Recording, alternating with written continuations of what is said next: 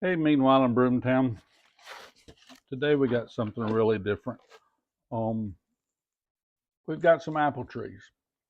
They're really, really young, and this is kind of the first year for fruit. Um, I've been pulling the fruit off of them in years before to, grow trees and not apples. And we're kind of there. This is really not. Next year will be a really good year, but I've been trying to incorporate some practices. Um, I'm learning a lot. Apple trees to have apples and keep healthy trees in the part of the country where we live um, requires a good deal of spraying. There's insecticides and fungicides, um, cedar apple rust. There's a lot to attack um, apple trees. So I've been doing some of that. I'm probably not, you're supposed to have a spray schedule, and I do, and we do the best we can. We're not perfect at that yet. I guess because there is no fruit, um, we may be more lax than we should be. But codling moths are a problem where we live. Probably a problem everywhere. But they lay the eggs on the leaves or on the surface of the apple. Depends on which generation it is. They have 2 or 3 generations in one year. So you can spray right at around bloom time and disrupt the cycle. Or this company sells slightly organic, I guess if you want to say. It's not organic, but I guess we'll call it a manual trap as opposed to a spray. They have fake apples. And there you can see there's a fake apple. Put it together, and bugs are supposed to think that's an apple. You take that and sticky coating. What you're basically doing is building a trap to trap these moths. They see this and go, "Oh wow, that's a really nice early red apple. Let's go lay some eggs on it so they can burrow in and put worms in your apples so you can enjoy that when you eat them." You take these things evidently and spread this amazing stuff, sticky goop, all over the outside of these traps and hang them in the trees. And I'm okay with that. I mean, I bought them for that reason. These weren't exactly cheap, but I at least feel better if there's one less chemical application on the fruit we're going to eat. Um, I'm not completely organic. I don't know if you can be completely organic where I live and get any kind of quality of apple, but this is, I guess, another thing in the arsenal to try to have quality fruit, but then at the same time try to feel good about it and feel good about the environment. So I bought sticky apple codling moth traps, and we're going to put them up. We're going to see how it works. So hang out a minute, and we'll start painting goop on these apples. I can tell already that this is probably a good idea. I'll still probably have it, on my shirt and in my hair, on my face. I'm not exactly um, neat when it comes to stuff like this. I'm bad to get it all over me. This, if you're familiar with what we used to use in school, I won't say what year in school, but it was a long time ago. But we used to use rubber cement. This reminds me a lot of rubber cement. Um, the other things that weren't clear in the instructions, I assume we're going to hang these in the tree. kind of similar to this, and this is pretty stiff. I guess it's going to be like decorating a Christmas tree, only your apple in it. So I'm going to go ahead and get a pair of pliers and bend these over so we can hook them and not be. I think the less exposure to this sticky goop, the better outcome we'll have, not catching moths, but not ending up with this crap all over us. So I'm going to do a little bit of prep work and bend these over with some pliers. Then we'll start gooping. All right, I got some needle nose. You probably use whatever you want, but and you probably don't need a video of me bending wire, but I'll do a couple of these just to kind of show you what I was doing. I don't know I'll try to make them uniform so they look nice, but I'm not usually the one that decorates the Christmas tree, so I may not be an expert on making hangers, but that's kind of what I'm going for. What would that be? A quarter note? So maybe shaped like a quarter note for music folks. I'll come back in a little while, or I guess really technically you'll come back in a little while, and maybe I'll be finished with these. You know, and trying to figure out how to do this the neatest way that I can think of, because as I said before, that's not usually my forte. I think I'm going to staple these. It looks like you're supposed to just wait until you affix them to your quarter note and hang them. And that's wonderful, but I got to transport these things. So I think I'm just going to take an ordinary staple and try to get a little more meat on it than that.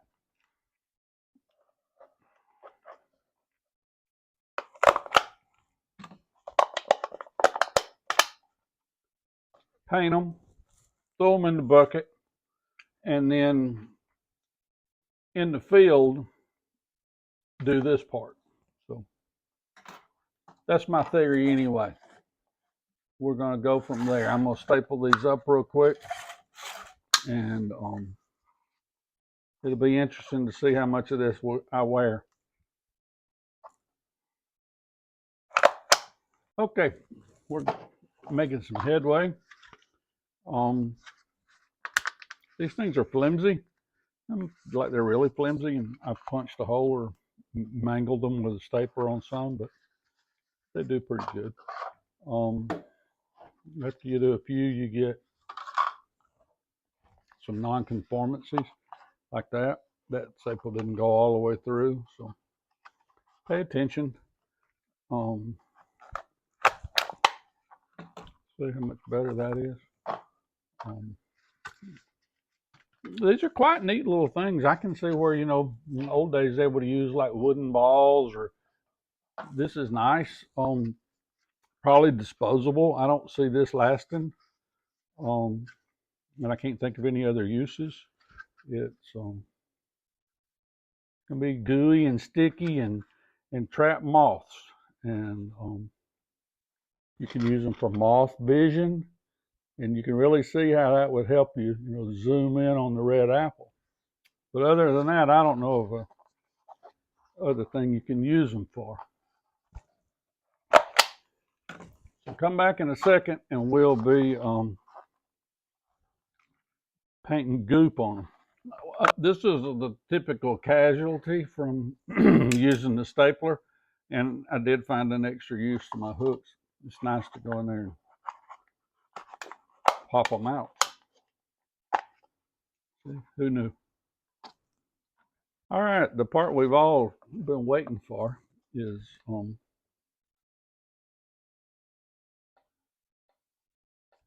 glooping this crap on this.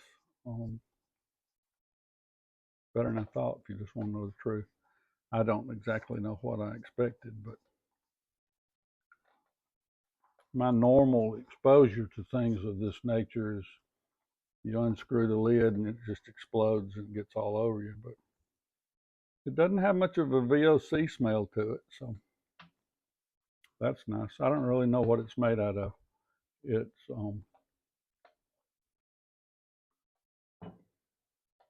about the best word I still have to explain it is it's gooey.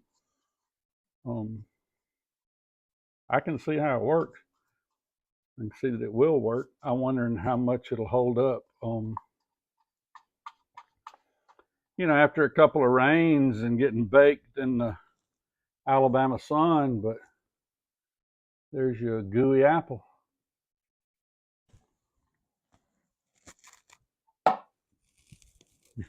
It did thud pretty, in the bottom of the bucket. It didn't bounce around.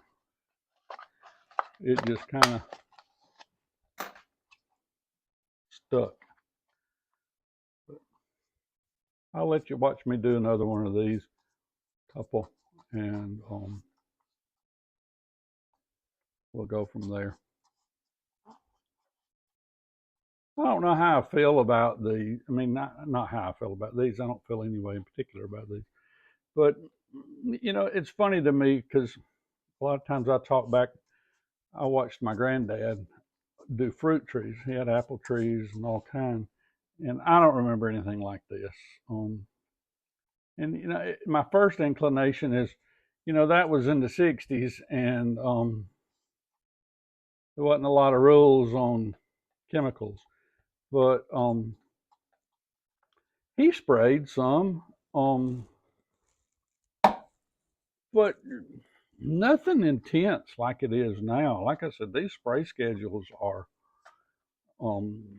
regimented. So I don't know what's changed. I don't know if it's the variety of the apples. They're not as sturdy. We'll use that. Or if it's we got better bugs, more bugs. My answer is I don't know. But what I do know is that we had fruit like crazy. We had truckloads of apples, and well, and what was his rule if you didn't get enough one year? Well, his whole deal, especially we have to fight deer also in addition to normal pests. But he would always plant if 2 trees were enough, he'd plant 4, and that way you could share with the deer and everybody else. And I know today's world that may not be a viable option. Depends on how much room you had, but we had a lot of room. But we didn't spray. We weren't as obsessed about spraying as we are now. And I don't mean it to sound like that we spray just for the fun of it, because I can tell you if you don't spray, I think you're going to be disappointed with your yield. So I don't know what's changed. I'm going to say it's better bugs, or more bugs, or chemical resistant bugs. I don't know. I'm not a scientist. I'm just a guy. I'm just a dumb guy painting apples with rubber cement. But I do know there's a difference. There's a difference in the times, other than the eyes of a child. I was pretty active in helping on this kind of stuff. I guess that's why I like it now. But do you think maybe people expect perfect apples now? Well, that's possible. We used to sell our produce at the fruit market, and the rule for the grandkids was, and I made that joke. I was an adult before I ever got to eat an apple that it came from the tree. We could eat all we want, but they had to be the ones that fail. So that's a good idea. It may be that today we expect perfection, and I do too. I mean, we go to the grocery store. When I look at apples in the grocery store, those things are gosh, they're immaculate. And I mean, they're beautiful. Looks like something that used to be in a magazine. And I never saw, we didn't get fruit that pretty. And neither do I have expectations of that. But if you do have expectations of having homegrown fruit that rivals that at the supermarket, you're gonna have to do, you're gonna have to adhere to their practices, not old guys from the Appalachians. You're gonna have to spray, spray, spray, spray, spray. People bag those things, put them in little nets, and I'm not judging. If you just had one tree, um, and you wanted to show them off to your friends and say, "Hey, look at this I built," I grew. I might do all that too, but if you got a few trees, we got about 30 trees, and gosh, to bag the fruit in 30 trees would be more of an undertaking that I'd like to do. So here we sit in the shop painting goop on plastic apples. Who knew? All right, let's go hang some fake gooey apples. Sammy is ready.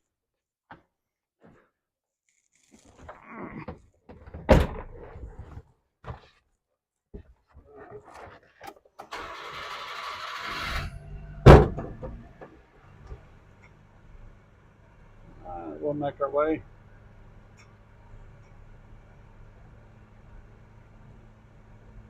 You can kind of see the apple trees are they're really young. The oldest ones in here are 4, maybe 5 years old. So they're just now starting to talk about making apples, and they are. So that's why we're doing this. All right, let's try one of these jewels. You'll be amazed. I've much to the farm manager's excitement, I read some directions. I don't usually do that, and said to hang them up about eye level. So we're going to attempt that. Some of that may be subjective as to how tall you might be. So this looks like a good suspect. And then I felt like the abominable snowman hanging the star on top of the Christmas tree. But we'll come back and see if we get any bugs. All right. One of the other things the instructions said was to maybe have some clearance, like 18 inches around. That's kind of hard, but I'll make a rough attempt at doing that.